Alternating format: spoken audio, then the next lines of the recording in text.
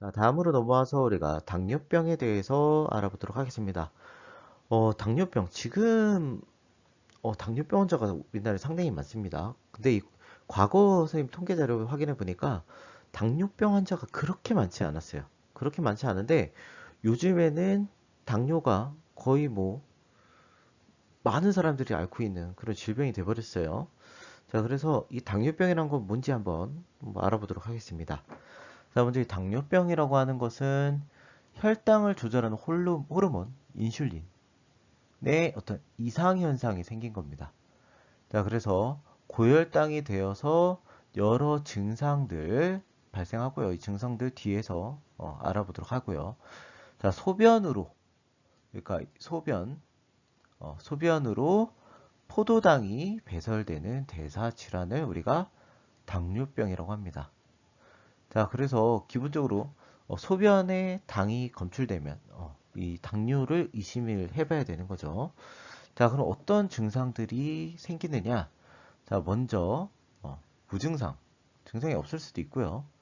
자, 그다음 다식, 다음, 다뇨 이런 현상들이 일어났는데 많이 먹거나 많이 마시거나 많이 소변을 보는 거죠. 자, 그런데도 불구하고 체중이 감소하거나 굉장히 피로하거나 손발이 저리는 이런 형상들이 일어날 수가 있습니다. 자, 그래서 이것을 진단하는 방법은요. 먼저 8시간 이상 금식을 한 다음에 측정 혈당이 이렇게 되거나 정상 수치는 100 미만이라고 합니다. 자, 그 다음에 포도당 용액, 뭐 조그맣게 마시는 음료가 있어요. 자, 그거를 마시고 나서 2시간 후에 혈당이 200을 넘거나 이런 경우에는 우리가 당뇨라고 이야기한다고 합니다. 여러분들은 지금 이 당뇨가 있는 학생들이 뭐 많지는 않을 거예요. 어, 근데 이제 나이가 들어감에 따라서 이러한 당뇨가 생길 수 있기 때문에 여러분들이 지금부터 좀 관리를 하면 크게 도움이 되겠죠. 자, 그러면 당뇨병의 종류와 원인에 대해서 한번 알아보도록 하겠습니다. 먼저 이 당뇨병은 크게 두 가지로 나눌 수가 있어요. 하나는 태어날 때부터 이제 갖고 있을 수 있는 유전적인 영향으로 생길 수 있는 일형 당뇨가 있고요. 악성 당뇨라고 볼 수가 있습니다. 자, 근데 후천적으로 어떤 생활 습관에 의해서 발생한 게 바로 이형 당뇨입니다. 이형 당뇨. 자, 먼저 일형 당뇨부터 보도록 할게요. 자, 먼저 이 어, 췌장에서 인슐린이 분비가 되는데 인슐린이 전혀 생산이 되지 않는 병입니다. 자, 그래서 인슐린이 없기 때문에 주기적으로 인슐린을 어떻게 돼야 될까요? 그렇죠. 주사를 통해서 인슐린이 어, 당을 분해하는 그런 형태가 되겠습니다. 자, 그래서 이런 일형 당뇨가 생기는 것은 유전적인 영향이 제일 크고요. 그래서 아까도 이야기했듯이 생존을 위해서는 주기적으로 인슐린을 주사를 해줘야 되는 겁니다. 자, 두 번째는 이제 이형 당뇨입니다. 이형 당뇨. 이형 당뇨 같은 경우에는 인슐린이 생기기는 하는데 분비량이 상대적으로 부족한 겁니다. 어, 완전히 그 인슐린이 당을 분해할 수 있을 만큼 충분히 분비가 돼야 되는데 그것만큼 되지 않아서 생기는 병이죠. 자, 그래서 이러한 고열량, 고지방, 고단백 식단 주로 이런 것들은 고기의 섭취가 되겠죠. 고열량 기본적으로 그 다음에 이제 지방이나 단백질 이런 것들은 전부 다 육류의 섭취가 늘어났을 때 생길 수 있는 현상들이고요. 자, 그 다음에 두 번째는 운동이 부족하거나 스트레스도 이형 당뇨의 원인이 된다고 합니다. 자, 그래서 이러한 고혈당 아까 여러분들 봤지만 비만이 또 다른 질병들 뭐 당뇨도 마찬가지고요. 여러 가지 질병들을 유발했던 것처럼 이러한 당뇨도 이제 이것 자체가 크게 문제라기보다는 이러한 당뇨, 고혈당 상태가 장기간 지속되면 여러 가지 합병증들을 유발할 수 있다는 겁니다. 그래서 동맥경화증이라든지 실명, 당뇨로 실명되시는 분들도 상당히 많아요. 뭐 백내장이나 녹내장 같은 것들도 유발시킬 수가 있고요. 그 다음에 신장 기능이 상당히 나빠집니다. 자, 그리고 여러 가지 합병증들이 있죠. 뭐 예를 들어 이 당뇨가 좀 독하게 걸리는 경우는 뭐 손끝이 뭐 뭐라고 하죠? 괴사돼서 잘라내야 되는 분들도 상당히 있고요. 손가락, 발가락 끝 부분이 되겠죠. 어, 아무래도 당뇨로 인해서 피가 잘 안 흐르게 됩니다. 신진대사가 원활하지 않고 어떤 피가 잘 흐르지 않게 되면서 이런 모세혈관들이 지나는 곳들은 괴사할 수가 있다. 그래서 잘라내야 되는 상황까지도 발생할 수가 있는 거죠. 우리나라 성인 7명 중에 1명은 당뇨병 환자다.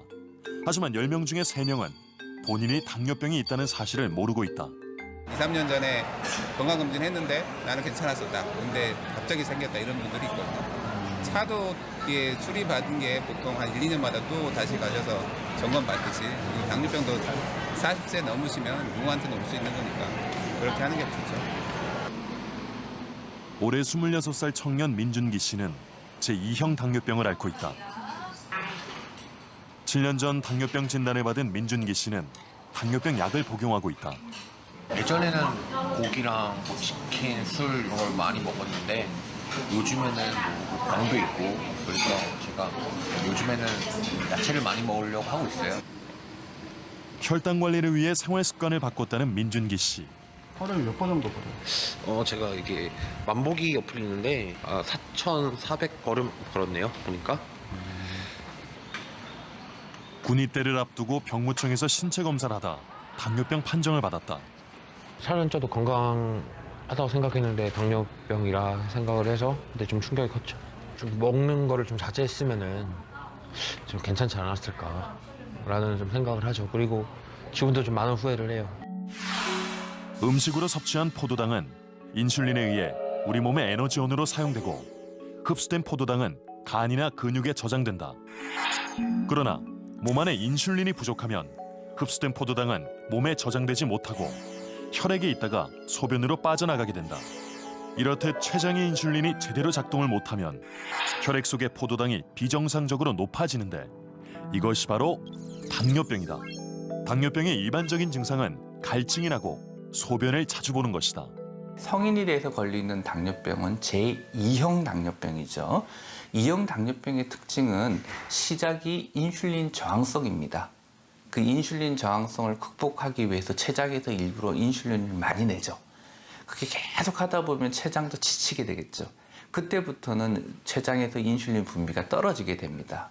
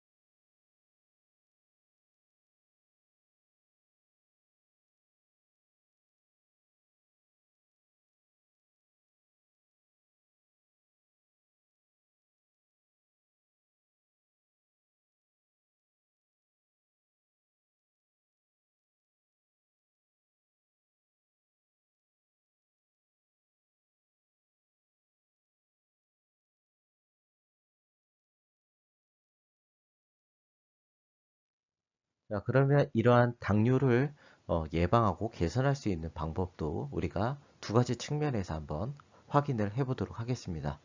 자, 먼저 이런 당뇨를 예방할 수 있는 방법은 첫 번째는 하루에 세 끼를 규칙적으로 식사한다. 뭐 기본적인 거예요. 이거는 하루 세 끼 우리가 아침, 점심, 저녁을 규칙적으로 적정량을 섭취하는 것 굉장히 중요하고요.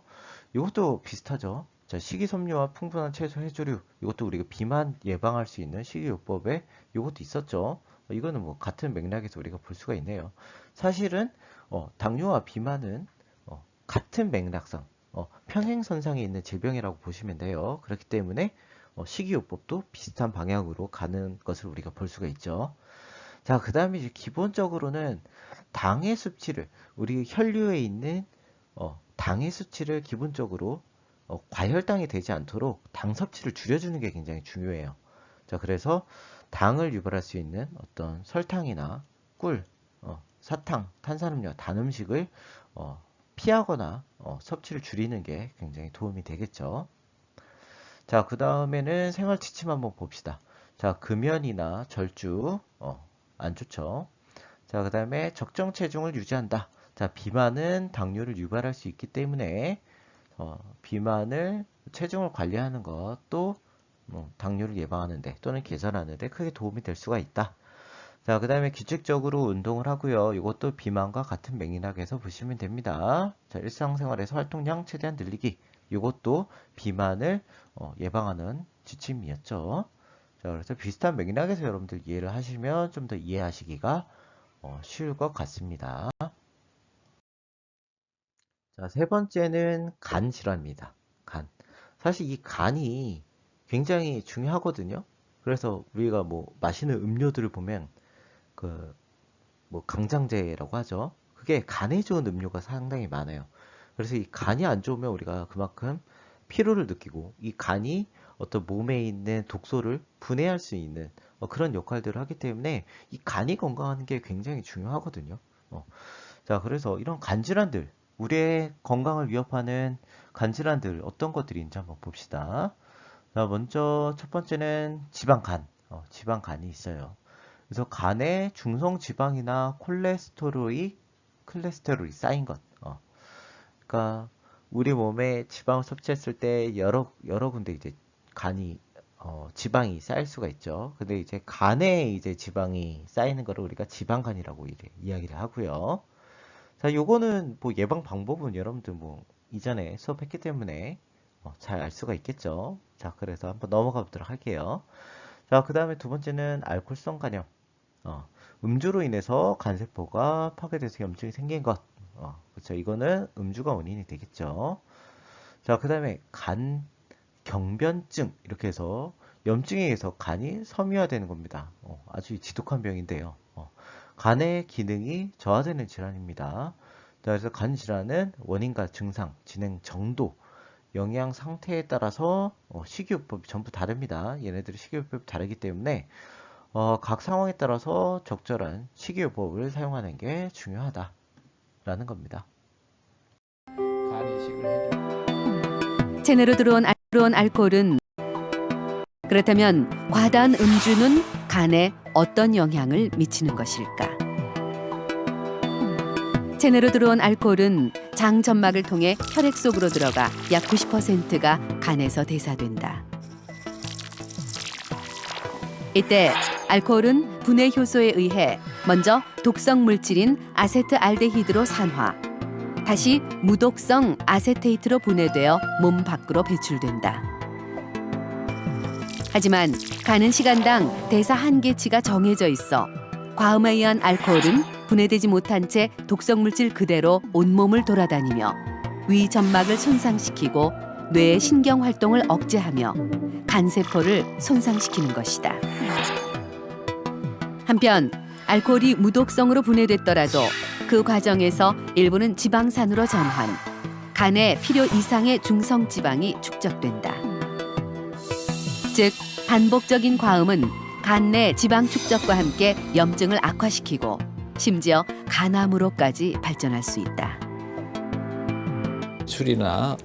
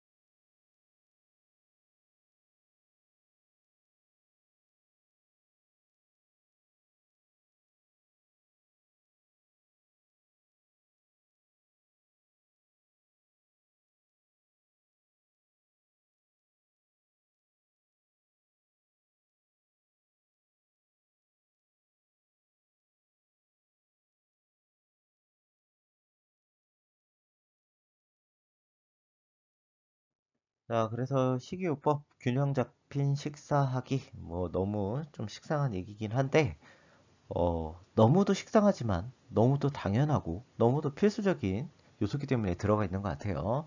자, 그래서 균형 잡힌 식사 뭐 넘어가겠습니다.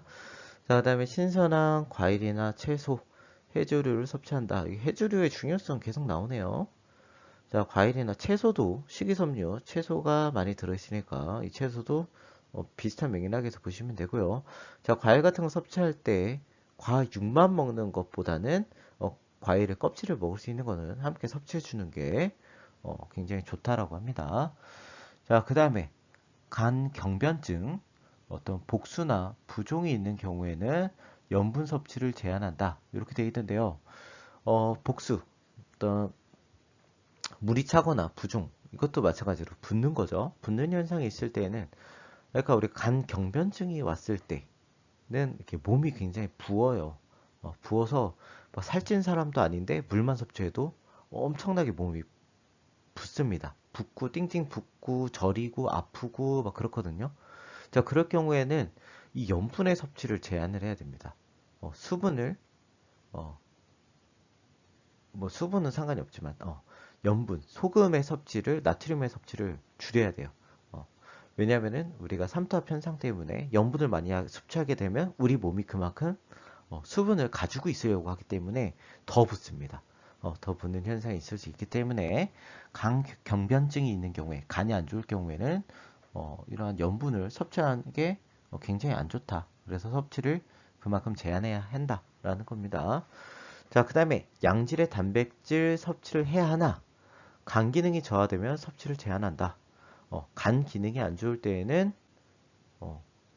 어떤 육류의 섭취나 이런 것들도 우리가 줄여줄 필요가 있습니다. 왜냐하면 이런 단백질을 분해하는데도 간이 상당한 역할을 많이 하거든요. 그리고 이 단백질을 우리가 소모하게 될 때 여러 가지 독소들을 발생을 시켜요. 어쩔 수 없이 생기는 독소들이 있겠죠. 그런 독소들을 간이 분해를 하면 더 부담이 되기 때문에 물론 적당한 단백질 섭취는 필수적입니다. 그렇기 때문에 우리가 단백질 섭취하는 게 중요하지만 비교적 안 좋을 때에는 제한을 한다. 양을 줄이거나 아니면은 당분간은 금식을 하는 것도 중요하다라는 겁니다. 자, 그 다음에 간에 부담이 되는 술 마시지 않는 것 중요하고요. 자, 그다음 충분한 휴식을 취하는 것도 중요합니다. 적당한 운동으로 비만을 예방하는 것, 지방간들은 이런 것들이 충분히 효과가 있겠죠. 자, 마지막으로는 심혈관계 질환입니다. 특히 이제 고혈압 같은 게 되겠죠. 자, 이런 고혈압은 그러니까 심혈관, 어떤 심장이나 혈관에 어떤 문제가 생긴 것들이거든요.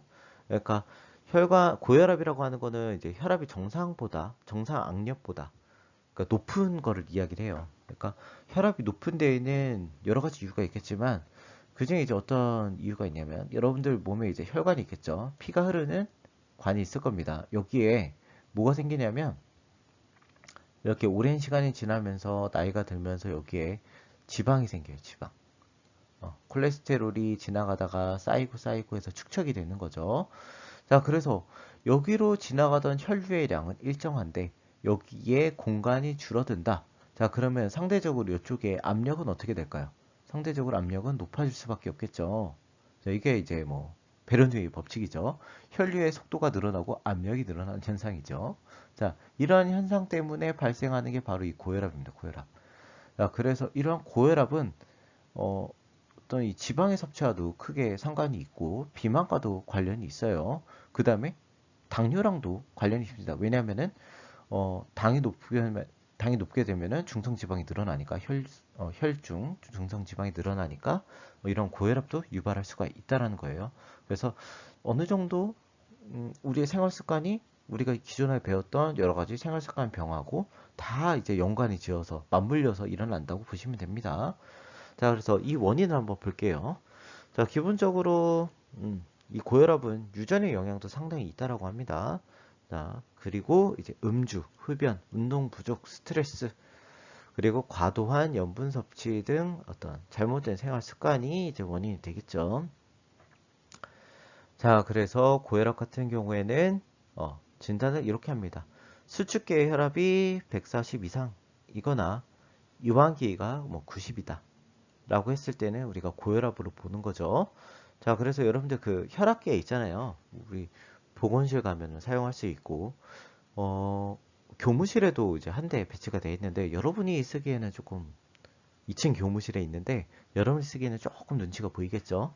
그래도 혹시라도 궁금하면, 저기 선생님한테 허락 받고, 뭐 사용할 수 있으면 사용하면 좋은데, 자, 먼저 혈압을 쟀을 때, 최저 혈압이 90, 그리고, 그 다음에 이제 최고 혈압이 140이 넘어가는 경우에 그럴 때 우리가 고혈압이라고 합니다. 자, 그러면 우리가 정상 혈압도 알고 있어야 되겠죠. 정상 혈압은 최저가 80 그리고 이제 최고가 이제 120 미만 120 미만이 되었을 때 우리가 정상 혈압이라고 봅니다. 자, 그래서 요거보다 이제 높게 되면 조금 고혈압이라고 보는 거고요.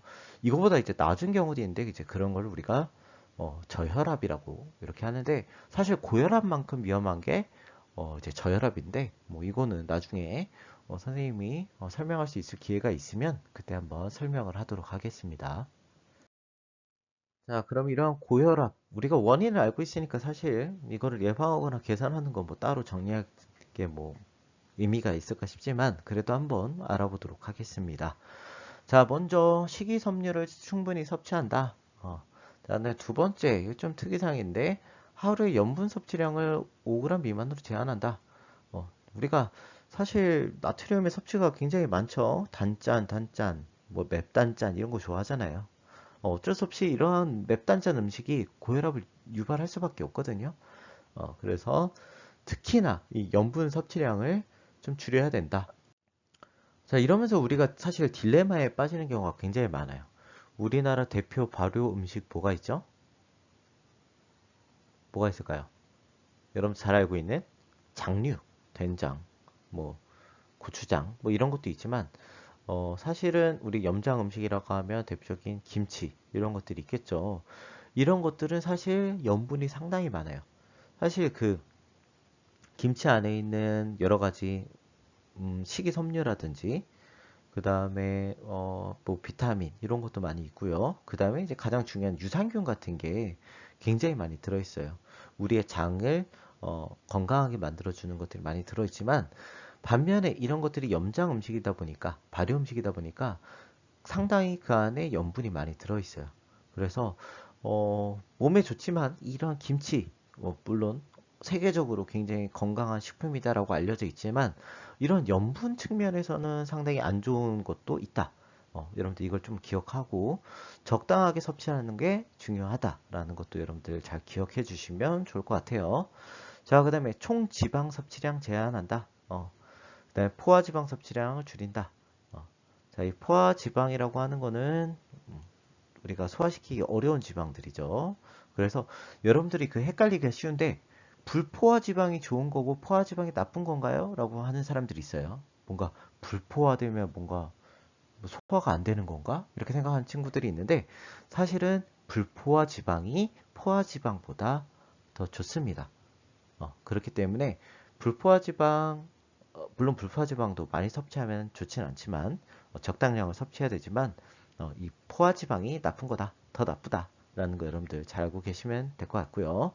자, 그 다음에 고혈압을 유발하는 것들 여러 가지 원인들이 있었는데 자, 그걸 예방하기 위해서는 금연, 절주, 절주라고 나오네 다.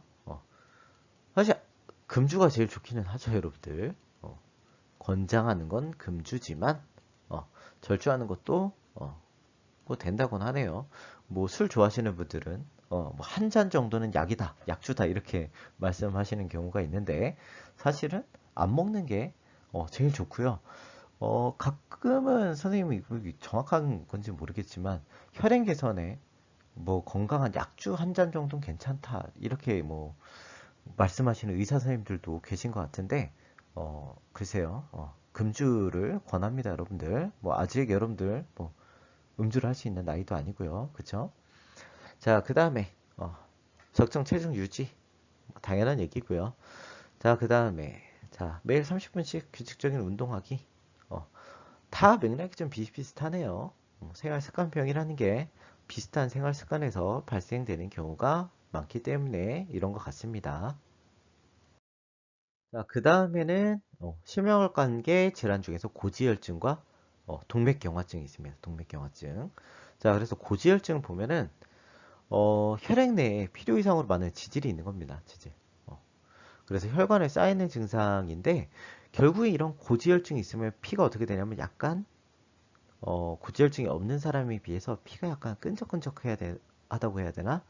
지질이 많기 때문에 약간 그런 현상이 있다라 그래요.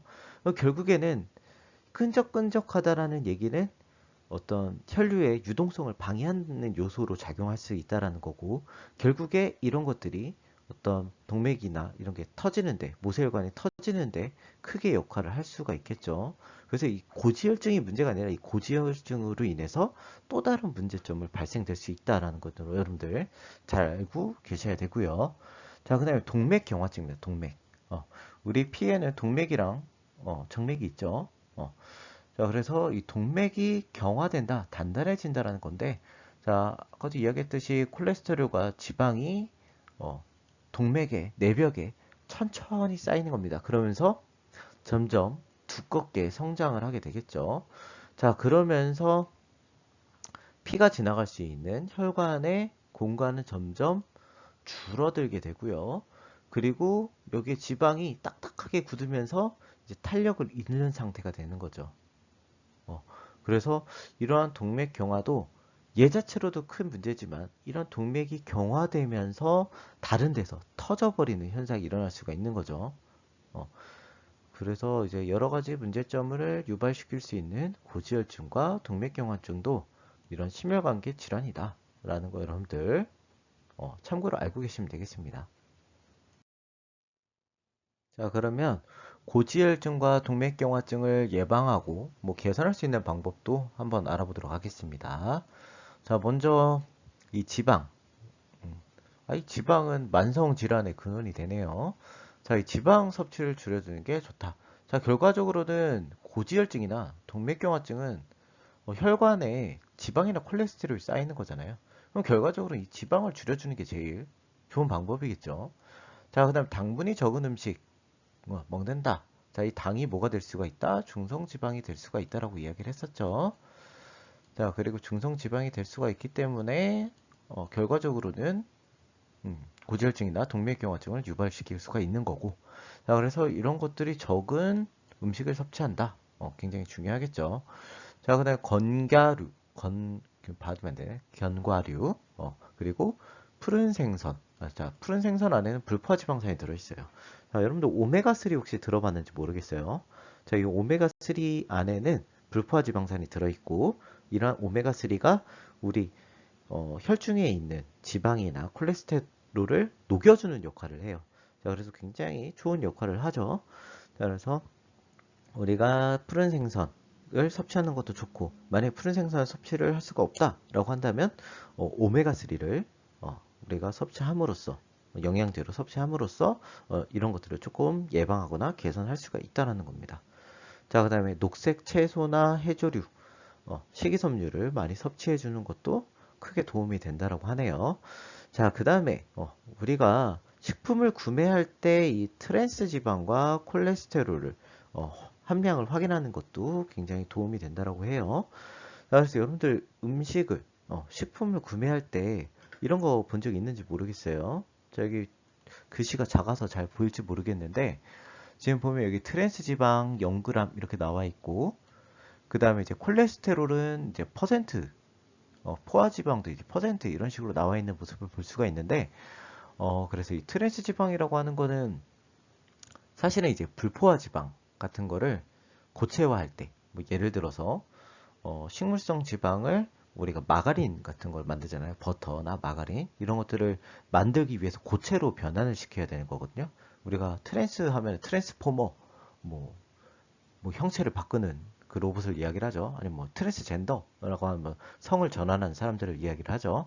그래서 이제 트랜스라는 거는 이제 뭔가 변환하는 거를 우리가 트랜스라고 하거든요. 변압기도 트랜스라는 용어를 쓰고요. 그래서 이 트랜스 지방이라고 하는 것은 뭐냐면 불포화 지방을 포화 지방으로 그러니까 액체 상태의 지방을 고체 상태로 바꿔야 되는 경우가 있어요. 뭐 식품 같은 경우 이제 그런 경우가 상당히 많겠죠. 그럴 때 이 수소를 넣거나 아니면 튀기거나 이런 과정을 거치는데 그러면서 이제 발생하는 게 이 트랜스 지방이에요. 이 트랜스 지방은 포화 지방보다 더 안 좋을 수가 있거든요. 불포화 지방을 변환해서 만들었음에도 불구하고 자 그래서 이런 트랜스 지방이나 콜레스테롤의 함량 음식을 구매할 때 이런 것들의 함량이 많은지 적은지 확인하는데 오래 안 걸리니까 확인하는 것도 굉장히 중요하겠죠. 자, 그 다음에 이거 지워주고 자, 그 다음에 생활 지침 비슷합니다. 적절한 방법으로 스트레스 해소하기. 스트레스도 크게 원인이 된다고 하니까 이런 것들을 줄여주는 것도 중요하고요. 적정 체중 유지. 이제는 식상할 정도로 많이 나오네요.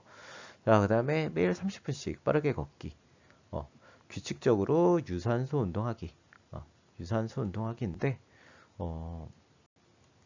유산소 운동하기라고 해서 여러분들이 이렇게 했지만 선생님 저는 운동하기 위해서 이런 것들 고지혈증이나 동맥경화증을 예방하고 개선하기 위해서 열심히 근력 운동을 합니다. 근력 운동하는 친구들이 있는데 사실 이 근력 운동은요 유산소 운동이 아닙니다. 무산소 운동이기 때문에 어떤 체중 감량이나 고지혈증, 동맥경화를 예방하는 데는 크게 효과는 없어요. 차라리 빠르게 걷거나 뛰거나 이런 것들이 유산소 운동, 뭐 라이딩을 한다거나 아니면은 뭐 사이클을 탄다거나 이런 것들이 유산소 운동에 속하기 때문에 그런 운동들 위주로 하는 게 좀 더 여기에는 적합하다라고 볼 수가 있겠습니다. 자, 5번째는 암입니다. 암.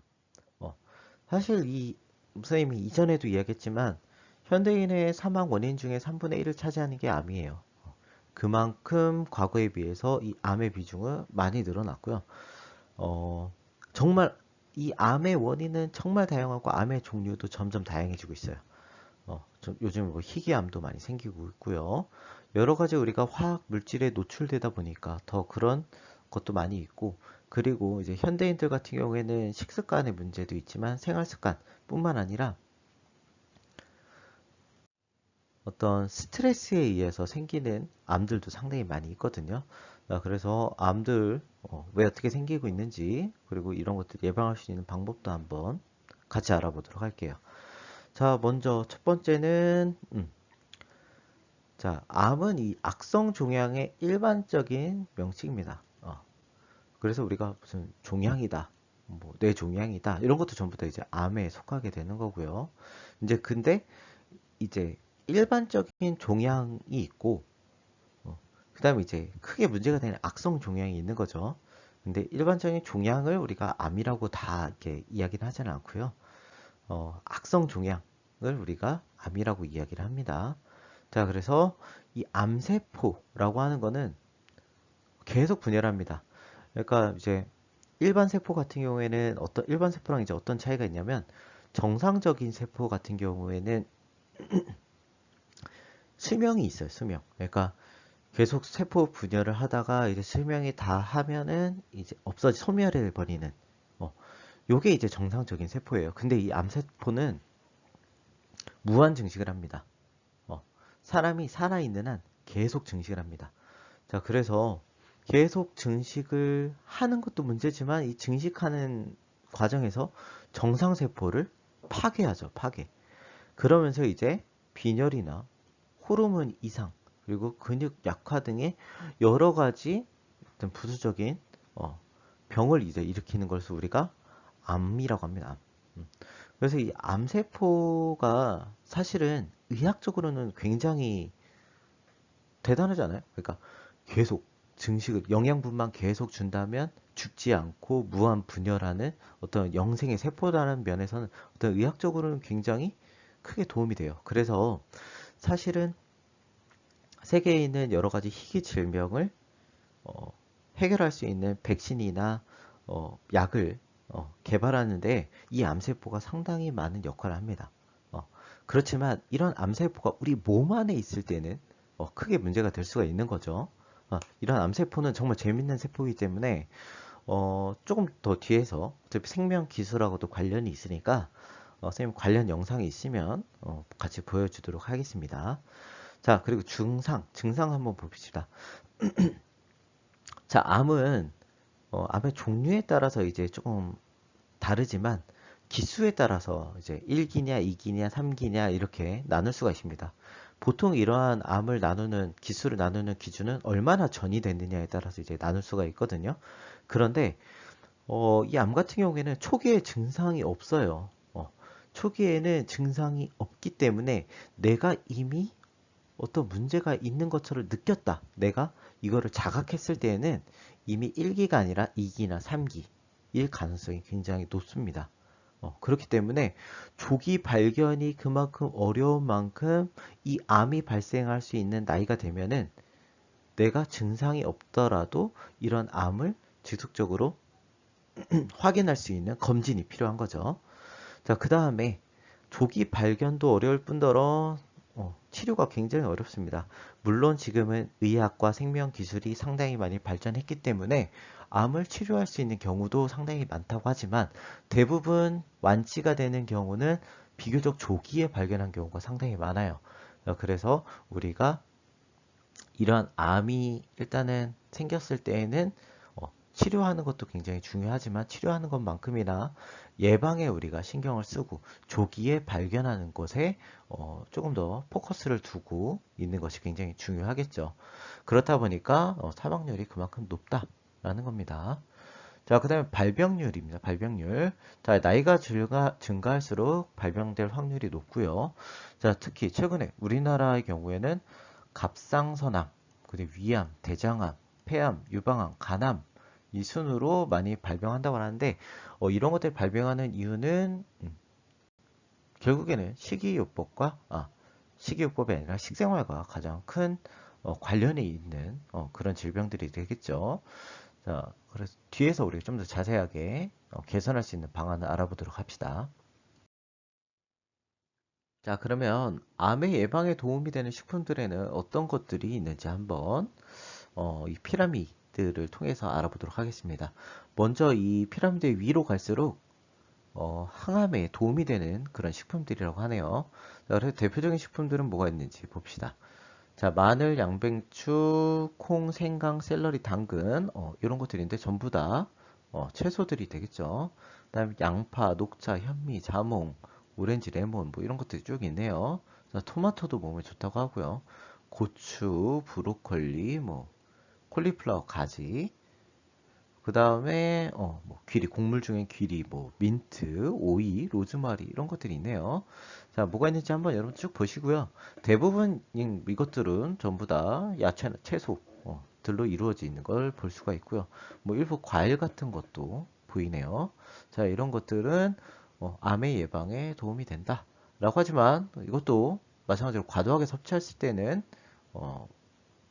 오히려 역효과가 나는 것들이 굉장히 많기 때문에 적당히 골고루 여기에는 거 하나 나는 암 예방에 좋으니까 마늘을 주구장창 먹겠다 이런 것보다는 여기에 있는 여러 가지 채소들과 골고루 먹는 것이 더 중요하다라는 것 여러분들 꼭 기억하시고요. 자, 그와 같은 맥락에서 자, 음식을 골고루 균형 있게 섭취하는 게 더 좋다. 암 예방한다고 곰, 호랑이 마냥 마늘만 섭취하는 것보다는 마늘을 곁들여서 우리가 건강하게 먹는 게 더 중요하다. 자, 그 다음에 덜 도정된 곡류, 뭐 현미 같은 게 되겠죠. 완전히 도정한 백미보다는 뭐 현미 같은 것들을 섭취하는 게 더 좋고, 그 다음에 해조류, 녹황색 채소, 과일 우리가 이전에 봤죠. 자, 이러한 야채나 과일의 섭취가 크게 도움이 된다. 자, 그 다음에 항암 작용을 하는 식품 꾸준히 섭취하고, 그 다음 암을 유발할 수 있는 탄 음식. 자, 우리 고기 굽다 보면은 이제 타는 경우가 상당히 많은데 선생님 그냥 대충 타면 먹어요. 먹지만 가급적이면 도려내고 먹는 게 더 좋다. 탄 음식에는 바람을 유발할 수 있는 여러 가지 안 좋은 뭐 페놀 수지라든지 여러 가지 안 좋은 물질들이 굉장히 많기 때문에 먹지 않는 게 좋겠죠. 자, 그 다음에 중요한 건 곰팡이가 핀 음식. 그 다음에 짜고 매운 음식 이런 것도 먹지 않는 게 중요하다라고 하네요.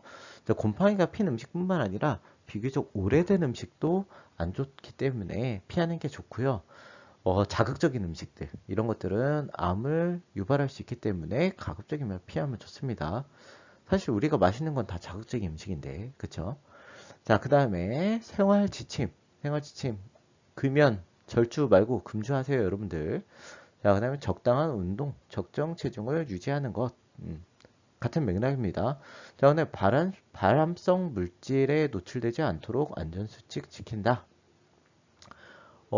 사실 이 발암성 물질, 어떤 화학적 물질이 되겠죠. 요즘에는 그 희귀암을 유발하는, 육종암을 유발하는 것 중에 하나가 이 3D 프린터라고 하는데, 여러분들 중에서는 3D 프린터를 집에서 사용하는 친구들이 있을지 모르겠어요. 여러분들 기술실 앞에 보면 3D 프린터가 하나 구비가 되어 있는데, 사실 이러한 3D 프린터를 사용함에 있어서 발생하는 여러 가지 발암 물질들이 있어요. 생겨나는 우리 눈에는 보이지 않는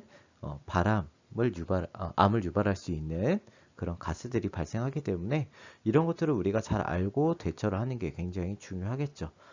사실 우리가 실생활은 알지 못하지만 암을 유발할 수 있는 물질들이 굉장히 많이 있어요. 그래서 우리가 그런 것들을 잘 알고 대처를 해야만 이러한 암을 예방을 할 수가 있는 거겠죠.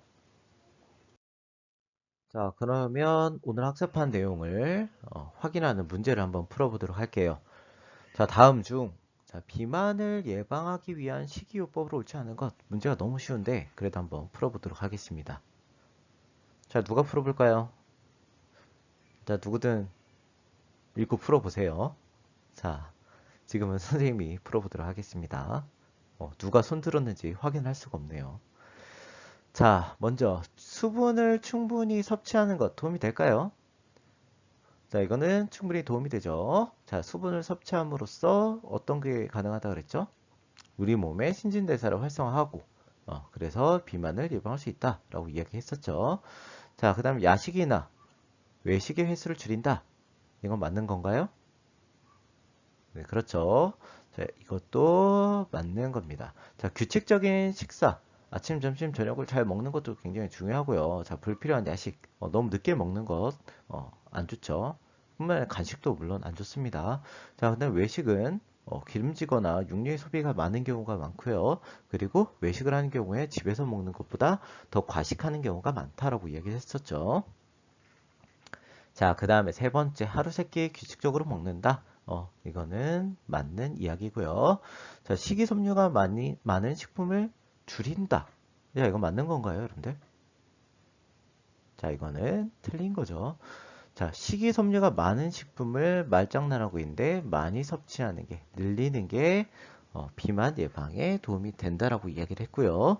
자, 기름진 음식, 자, 지방의 섭취, 자, 지방이 많은 음식 결국에는 육류가 되겠죠.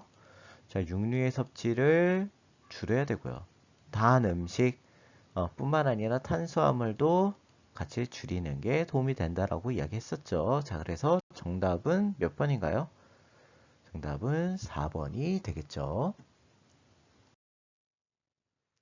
자, 먼저 이 두 번째 문제.